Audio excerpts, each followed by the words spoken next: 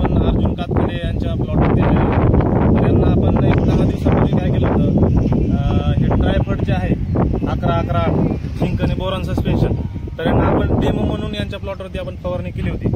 तर आपण त्यांच्याकडून जाणून घेऊ की नेमकं त्यांचा रिझल्ट कसा आला ते सांगतील. नमस्ते सर. नमस्ते. तुम्ही ज्या मध्ये का ट्रायफड प्लॉट हे 11-11-08 हो.